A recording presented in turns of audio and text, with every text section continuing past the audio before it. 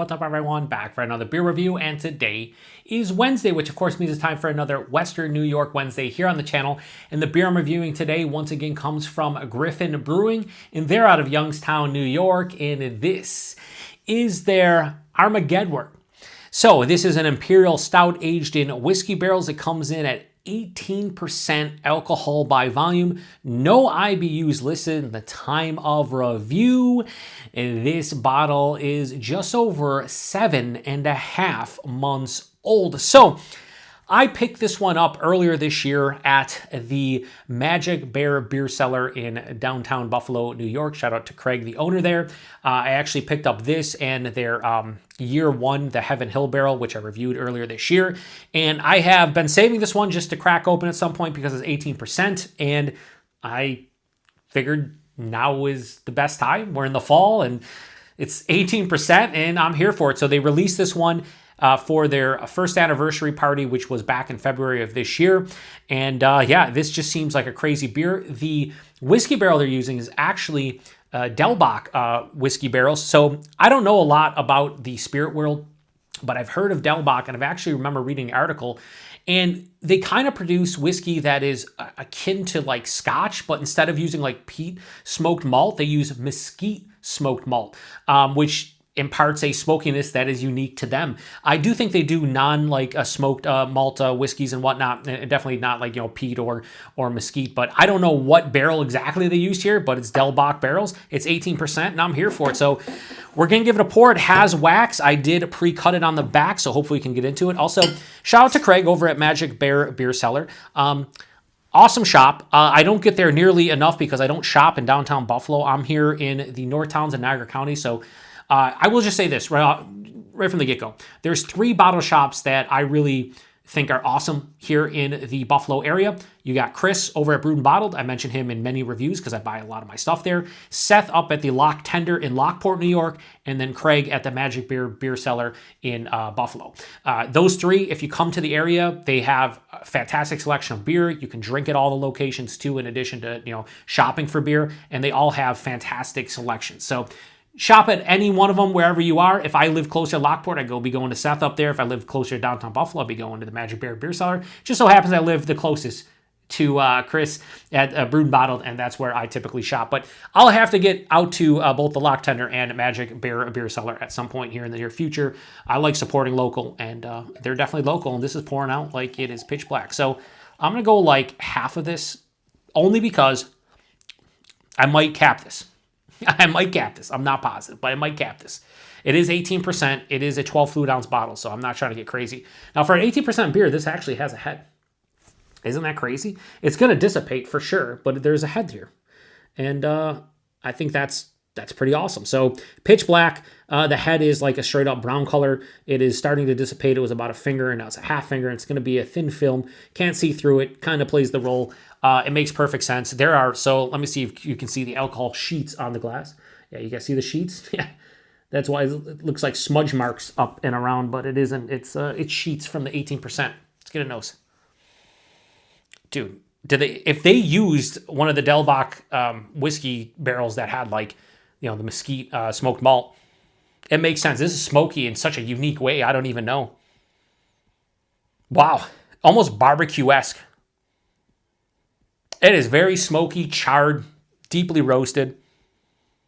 Sweet dark chocolate, coffee. Lots of caramelized sugars, brown sugars, butterscotch, caramel, toffee, molasses. And then the whiskey's there. A sweet, oaky, vanilla, smoky. What is that? Cherry cordial. I just got cherry cordial out of nowhere. So vanilla, like, so the middle would be like like a maraschino cherry or like a Bing cherry, and then like the nougat you get with this like vanilla, and then like a sweet dark chocolate.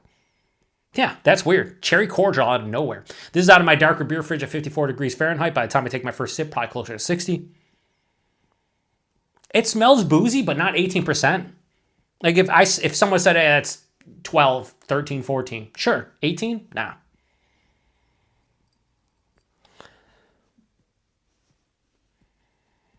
Yeah, cherry cordial. That was wild how that just popped in. And I love the label too. Armagedward. Got Armageddon happening, but then you got pandas just like hanging out. Just pretty wild. Pretty wild label. All right, not much more out of the nose. Let's get a taste. Let's get into it. Cheers, everybody, and congratulations on 1 year, Griffon. Although at this point it's about a little over a year and a half, and about to be 2 years in February. So, cheers.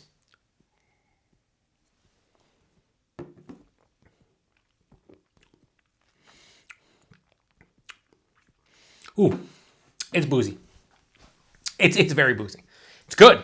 It's definitely good, but boozy. I need my palate to acclimate to this because that was a shock. The nose did not give any indication of 18%. The taste, almost every indication of 18%.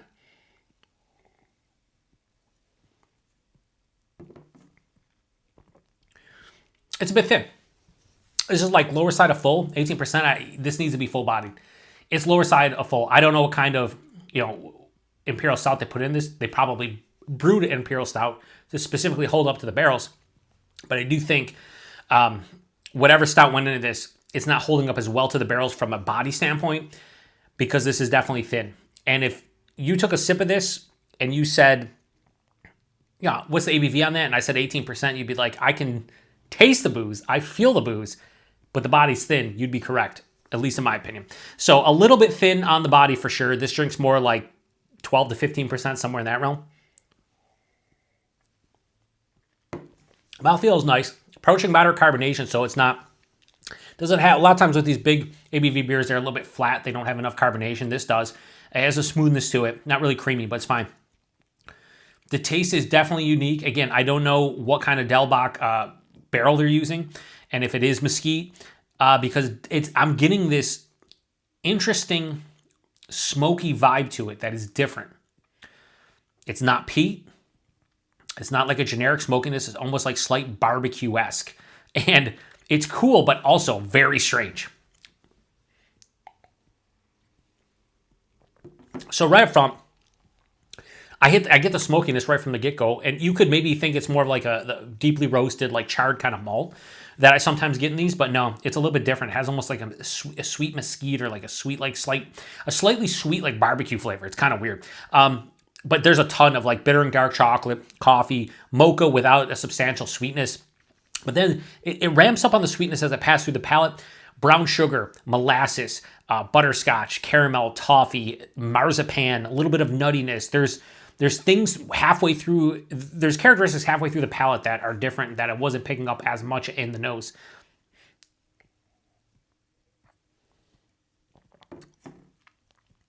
The barrel hits about 2/3 of the way through the palate.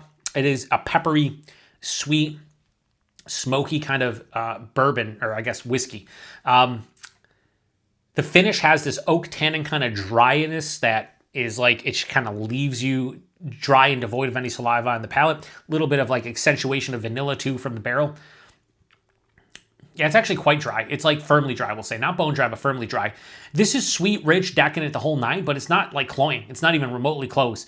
If anything, I wish this was a little bit sweeter.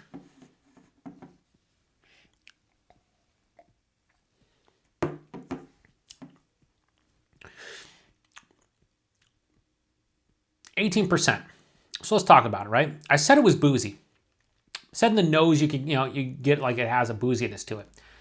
As my palate gets acclimated and I'm sitting here, yeah, there's a nice warming in my chest, but it's not on fire like I've had with other beers. On the palate, I can tell it's a bigger beer, but again, not astringent. So maybe coming back to it now after sipping on this for a couple minutes and going, I don't think it's as boozy as 18% would lead you to believe. Like this drink's more like 14, 15 at the most. If I was doing this blind, I don't think I'd guess anywhere over 15. So that's impressive that it hides the ABV to some degree.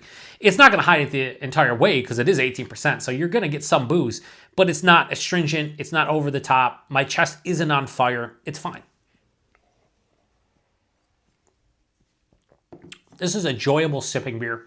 It's unique from that slightly smoky barbecue thing that I'm getting.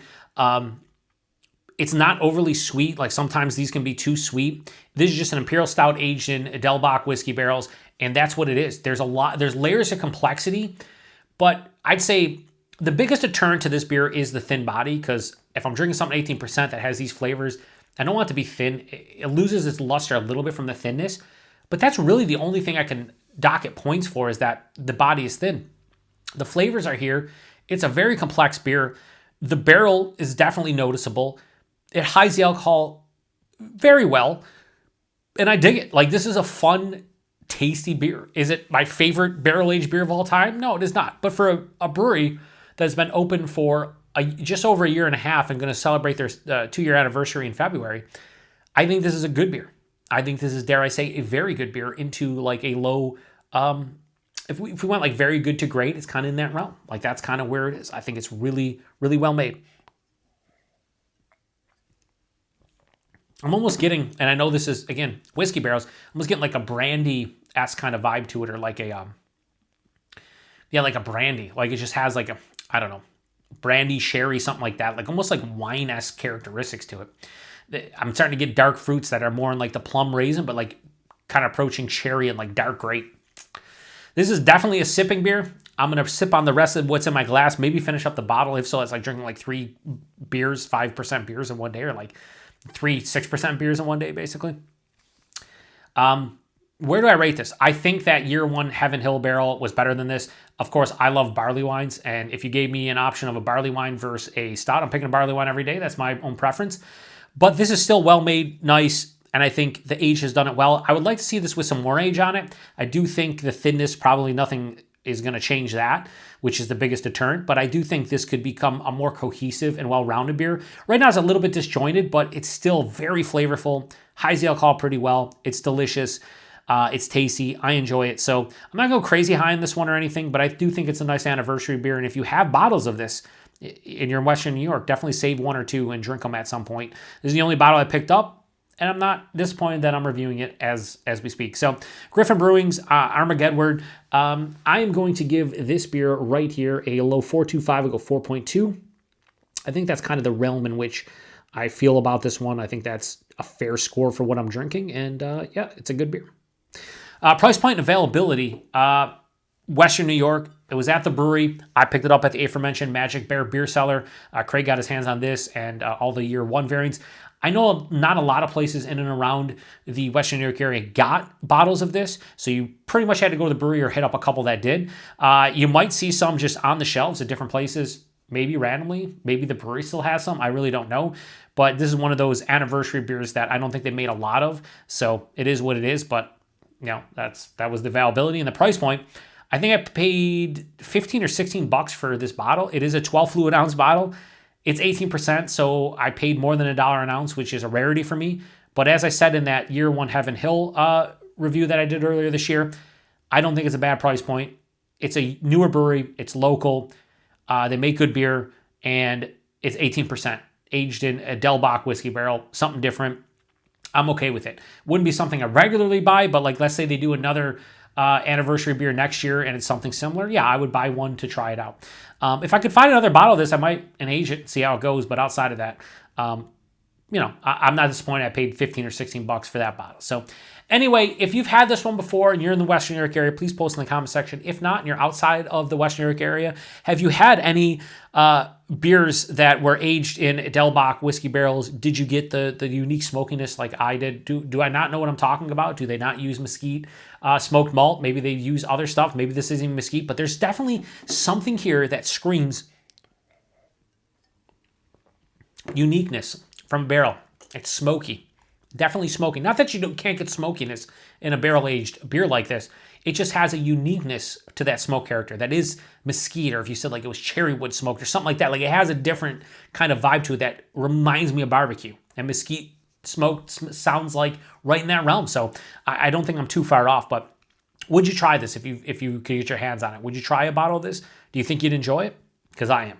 Anyway, huge thanks to Craig over at Magic Bear Beer Cellar for having an awesome selection. Like I said, if you're in Buffalo and around downtown, check him out. Great selection. You can drink there. He always has cool. Check him out on Instagram. Always has cool, different like tastings and things. Like I think that, I don't know when I'm going to post this, but I think he has like a pumpkin thing that's sold out coming up. And he's just a good dude. Just like Seth from Lock Tender and obviously Chris from Brewed and Bottled, who I've shouted out too many times in my reviews. Right, Harry? Harry, settle down, Harry. Anyway, I'm shutting this one down. That does it for another Western New York Wednesday. Appreciate everybody stopping by for another beer review here on the Beer Patrol. To the next one. Cheers.